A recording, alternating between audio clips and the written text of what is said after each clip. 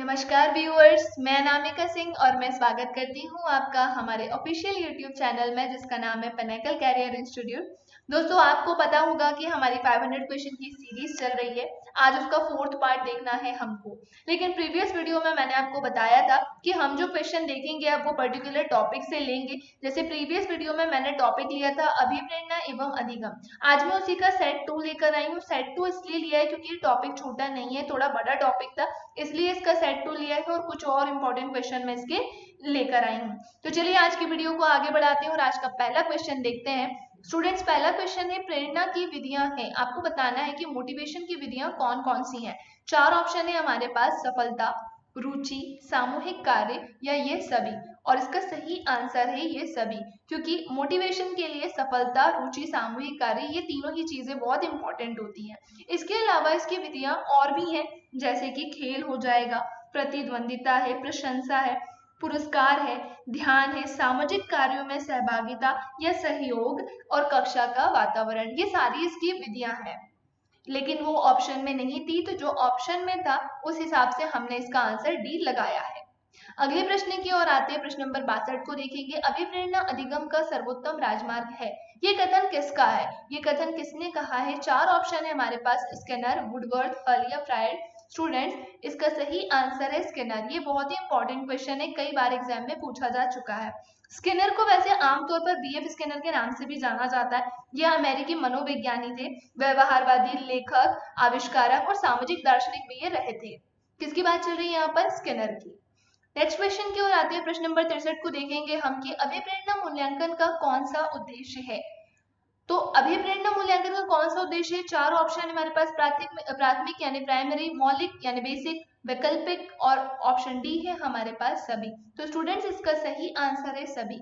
ये तीनों ही जो ऑप्शन हमारे पास दिए गए हैं ये अभिप्रेरणा के मूल्यांकन के लिए बहुत ही इंपॉर्टेंट है और ये तीनों ही इसके मूल्यांकन का उद्देश्य है। अगले प्रश्न की ओर आते हैं। प्रश्न नंबर 64 देखेंगे हम। एक विद्यार्थी मेडिकल कॉलेज में दाखिला लेने के लिए कठिन परिश्रम करता है ताकि वह प्रवेश परीक्षा में उत्तीर्ण हो सके। यह विद्यार्थी किस रूप से अभिप्रेरित है? तो आपको बताना है कि ये जो सारी चीज हुई है यहाँ पर ये किस रूप से अभिप्रेरित है। 4 ऑप्शन है, आनुभाविक रूप से, व्यक्तिक रूप से, आंतरिक रूप से या बाह्य रूप से। तो स्टूडेंट्स, इसका सही आंसर है आंतरिक रूप से। आंतरिक रूप से यदि वह अभिप्रेरित होगा तो ही वह परीक्षा में उत्तीर्ण हो सकेगा। चलिए अगले प्रश्न की ओर आते हैं। प्रश्न नंबर 65 को देखेंगे। वह कारक जो व्यक्ति का कार्य करने के लिए उत्साह बढ़ाता है या घटाता है कहलाता है स्वधारणा यानी स्वयं की धारणा, अधिगम यानी सीखना, अभिप्रेरणा यानी मोटिवेशन और डी है इनमें से कोई नहीं। तो स्टूडेंट्स, इसका सही आंसर है अभिप्रेरणा, क्योंकि अभिप्रेरणा ही एक ऐसा कारक है जो व्यक्ति का कार्य करने के लिए उत्साह बढ़ाता भी है और उत्साह घटाता भी है। अगले प्रश्न की ओर आते हैं। प्रश्न नंबर 66 को देखेंगे हम। किन मनोवैज्ञानिकों ने अधिगम विधि के रूप में बाह्य प्रेरणा को आंतरिक प्रेरणा की तुलना में निरंतर बताया है? 4 ऑप्शन है हमारे पास। ए ऑप्शन में है प्रेक्षी, हॉरक्स एवं रॉबिन्स, बी में है ब्लेयर और जॉन्स, सी में है वर्दिमर, कोप्पा एवं कोहलर और डी है फ्रायड। तो स्टूडेंट्स, प्रेक्षी, हॉरक्स और रॉबिन्स ये तीन ही एक ऐसे वैज्ञानिक थे जिन्होंने बाह्य प्रेरणा को आंतरिक प्रेरणा की तुलना में निरंतर बताया था।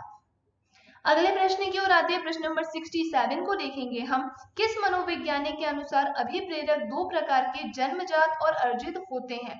ऐसा किस मनोवैज्ञानिक ने कहा है कि जो अभिप्रेरक है वह जन्मजात और अर्जित दोनों है? ऑप्शन है हमारे पास थॉमसन, हर्जबर्ग, मास्लो और सी ऑप्शन है पावलन और डी ऑप्शन है गैरेट। तो स्टूडेंट्स, इसका सही आंसर है बी, हर्जबर्ग, मास्लो। अगले प्रश्न की ओर आते हैं हम। प्रश्न नंबर 68 की तरफ।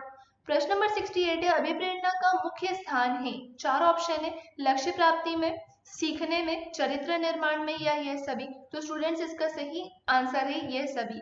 अभिप्रेरणा का स्थान इन तीनों में ही है, लक्ष्य की प्राप्ति में भी है, सीखने में भी है और चरित्र के निर्माण में भी है। नेक्स्ट क्वेश्चन की ओर आते हैं। Question number 67। निम्न में से मनोवैज्ञानिक अभिप्रेरक है क्रोध, दुख, भय व प्रेम या यह सभी, उक्त सभी। तो इसका आंसर है उक्त सभी। मनोवैज्ञानिक अभिप्रेरक क्रोध भी है, दुख भी है, भय व प्रेम भी है। प्रश्न नंबर 70 की ओर आते हैं। गेस्टोलवादियों ने किन किस पर बल दिया? अभ्यास पर, पुरस्कार पर, संवेग पर या प्रत्यक्षीकरण पर? तो इन्होंने अभ्यास पर बल नहीं दिया था, पुरस्कार पर भी बल नहीं दिया था और संवेग पर भी बल नहीं दिया था। इन्होंने प्रत्यक्षीकरण पर विशेष बल दिया था। प्रश्न नंबर 71 की ओर आते हैं कि गेस्टोल्ट शब्द का अर्थ क्या होता है? तो स्टूडेंट्स ऑप्शन है समग्र या पूर्णाकार, खेल का मैदान, आंशिक या इनमें से कोई नहीं। तो इसका सही आंसर है ए समग्र या पूर्णाकार। गेस्टोल्ट का अर्थ है समग्र या पूर्णाकार। अगले प्रश्न की ओर आते हैं। अधिगम आदतें ज्ञान एवं अभिवृत्तियों को अर्जित करता है। ऐसा किस वैज्ञानिक ने कहा है, किस मनोवैज्ञानिक ने कहा है कि ये आदतें ज्ञान एवं अभिवृत्तियों को अर्जित करना है? ऑप्शन है क्रो एंड क्रो, गुथरी, स्किनर या मर्फी। तो स्टूडेंट्स इसका सही आंसर है crow and crow. Next question की ओर आते हैं। क्वेश्चन नंबर 73 को देखेंगे। निम्न में से बाह्य प्रेरक है, आपको बताना है बाह्य प्रेरक क्या है। प्रीवियस वीडियो में मैंने आपको बताया था आंतरिक प्रेरक और बाह्य प्रेरक दोनों के बारे में। अगर आपने वो देखी होगी और मैंने तो उसका नोट भी बना के बताया था। अगर वो वीडियो देखी होगी तो ये आंसर आप आसानी से बता सकते हैं। तो चलिए मेरे साथ ऑप्शन देखते हैं हम। दंड एवं आरोप, बी ऑप्शन है पुरस्कार व प्रशंसा, सी ऑप्शन है सम्मान और डी ऑप्शन है उक्त सभी। तो स्टूडेंट्स इसका आंसर है डी उक्त सभी। बाह्य प्रेरक दंड एवं अपराध भी है, पुरस्कार व प्रशंसा भी है और सम्मान भी है। प्रश्न नंबर 74 की तरफ आते हैं। जो प्रेरक वातावरण के संपर्क में जाने से विकसित है उसे क्या कहते हैं? वह कौन सा प्रेरक है? ऑप्शन है प्राकृतिक प्रेरक, जन्मजात प्रेरक, अर्जित प्रेरक या उक्त सभी। तो अब हम इतनी देर से उक्त सभी कर रहे हैं तो ये बिल्कुल मत सोचिएगा कि सबका आंसर उक्त सभी ही होगा। ऐसा बिल्कुल नहीं है। इसका आंसर है अर्जित प्रेरक, क्योंकि यहाँ पे बात चल रही है वातावरण के संपर्क में जाने से। तो अर्जित प्रेरक जो होता है वह समाज के प्रभाव से उत्पन्न होता है, यानी वातावरण में जाकर ही विकसित होता है। अगले क्वेश्चन की ओर आते हैं हम। 75 बालकों में पाठ के प्रति रुचि उत्पन्न करने के लिए क्या करना चाहिए? ऑप्शन है पाठ की पुनरावृत्ति करना चाहिए, निरंतर मौखिक शिक्षण करना चाहिए, पाठ को बालकों के व्यवहारिक जीवन से संबद्ध करके पढ़ाना चाहिए या रटने की प्रवृत्ति पर बल देना चाहिए। तो स्टूडेंट्स इसका सही आंसर है पाठ को बालकों के व्यवहारिक जीवन से संबद्ध करके पढ़ाना चाहिए, क्योंकि स्टूडेंट्स को यदि व्यवहारिक जीवन से उनके नॉर्मल लाइफ से अगर हम रिलेट करके पढ़ाएंगे तो बच्चा काफी जल्दी समझेगा। जैसे कि हम मैथ्स की ही बात करते हैं, मैथ्स को अगर हम बुक के लैंग्वेज में स्टूडेंट्स को समझाएंगे, बच्चों को समझाएंगे तो वो इतने जल्दी नहीं समझेंगे, लेकिन अगर हम उसको उनकी लाइफ से कंपेयर करके पढ़ाएंगे तो वो बच्चा जल्दी समझ जाएगा। नेक्स्ट क्वेश्चन की ओर आते हैं। क्वेश्चन नंबर 76 व्यक्ति द्वारा जब किसी वस्तु को देखकर या स्पर्श कर ज्ञान प्राप्त किया जाता है तो वह सीखना कहलाता है। तो वह किस प्रकार का सीखना कहलाता है? ऑप्शन है ज्ञानात्मक सीखना, प्रत्यक्षात्मक सीखना, सादृश्यात्मक सीखना या करके सीखना। तो स्टूडेंट्स इसका आंसर है प्रत्यक्षात्मक सीखना, क्योंकि यहाँ पर बात देखकर या स्पर्श कर चल रही है। तो आंसर डी बिल्कुल सही है। नेक्स्ट क्वेश्चन की ओर आते हैं। अधिगम की सफलता का मुख्य आधार माना जाता है, तो इसकी जो सफलता है अधिगम की उसका मुख्य आधार क्या है? ऑप्शन है दंड और आरोप तो भैया ये तो हो ही नहीं सकता।